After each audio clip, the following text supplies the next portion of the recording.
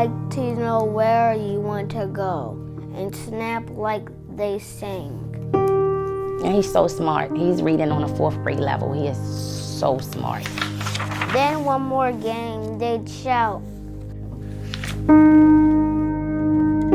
I'm so proud of him. He is something else. There's my name right there.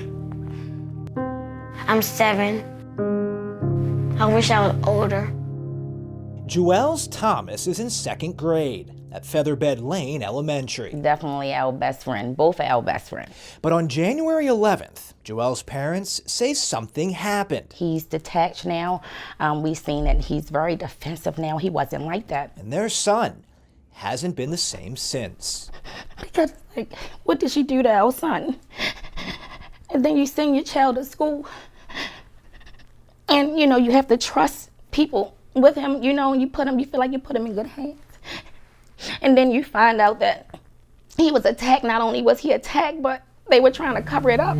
It started with a phone call at 2 in the afternoon from the vice principal of his school. And the first thing she said was, are you sitting down? And my heart dropped. She said that your son had an incident with the teacher. He was kicked, but he's fine. It was like he was playing on the playground. It's like he fell. He's up, he's fine, he's okay. Bria Austin and Gerard Thomas rushed to their son's school. He was not okay.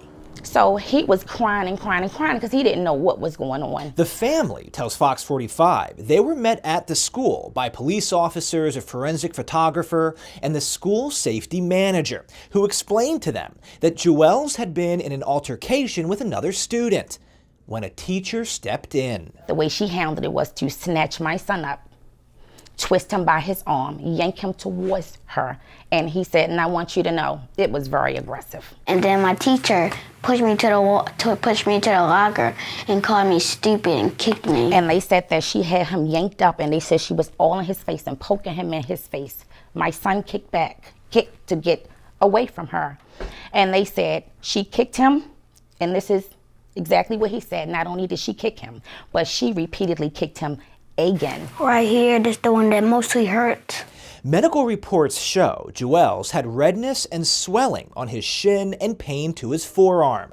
They also show he was seen by a nurse at 1 o'clock in the afternoon, an hour before the school called his parents. And I'm like, well, why wasn't we called right away? And she said, well, we didn't want to upset you guys. And then these parents were told something else. Why don't you think the school system wants you to see the tape? I think it's damaging to them. I think so. The alleged attack was caught on surveillance cameras, but the school will not let the family see the video. I mean, if any parent out there knew there was a tape around of their kid being abused, they would want to see the tape. No matter how how the tape makes you feel, you want to see it. You got to put your eyes on what happened. Austin made a formal request to see the video, starting with the vice principal and moving up the chain. She says every request was denied because the video shows other students. Your son is on here. We're going to tell you what happened to your son, but you're not allowed to see what happened to your son.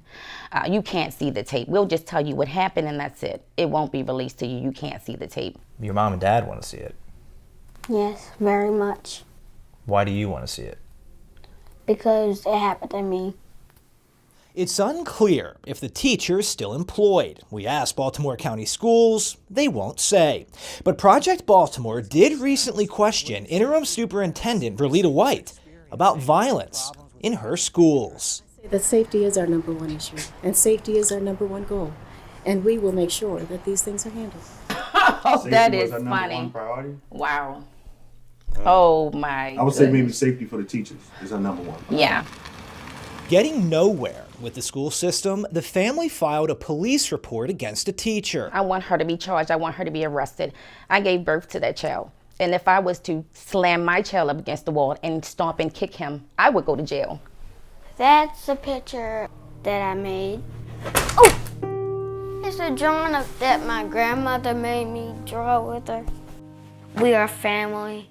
And Jue'llz, he's now in counseling. He was moved to another classroom and wants to change schools. You still think about it? A lot of times.